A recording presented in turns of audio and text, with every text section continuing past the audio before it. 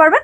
এটা হচ্ছে আমাদের ড্রেসের ব্যাক পোর্শনটা থাকবে, স্লিভের কাপড় তো অবভিয়াসলি প্রত্যেকটার আলাদা দেওয়া আছে। এন্ড এই হচ্ছে আমাদের ড্রেসের ফ্রন্ট সাইডটা। এই ড্রেসের ছোট্ট একটা বিশেষত্ব, সেটা হচ্ছে আমাদের এই যে ড্রেসের দামান পোর্শনে কিন্তু এমব্রয়ডারি ওয়ার্কের পাশাপাশি আমাদের বোরিং ওয়ার্ক করা আছে। এই ওয়ার্কটা কিন্তু জাস্ট ওয়াও। আমি এটার ক্যাটালগটা একটু আপনাদের দেখাই, তাহলে হয়তো এটার ডিজাইনটা আপনারা বুঝতে পারবেন যে এটার আসলে মূল ডিজাইনটা কেমন হবে। এই যে জাস্ট সি, এই যে পরে আছে দেখেন কি সুন্দর লাগছে না ডিজাইনটা। এখানে কিন্তু আমাদের বোরিং ওয়ার্কটা আছে, এখানে জাস্ট একটা লেস ওনারাই অ্যাড করেছে। আপনারাও কিন্তু এরকম লেস দিয়ে ড্রেসটাকে আরো বেশি ইউনিক করে ফেলতে পারেন। এই হচ্ছে আমাদের ড্রেসের আসল ডিজাইনটা। এটা হচ্ছে আমাদের ওড়নাটা।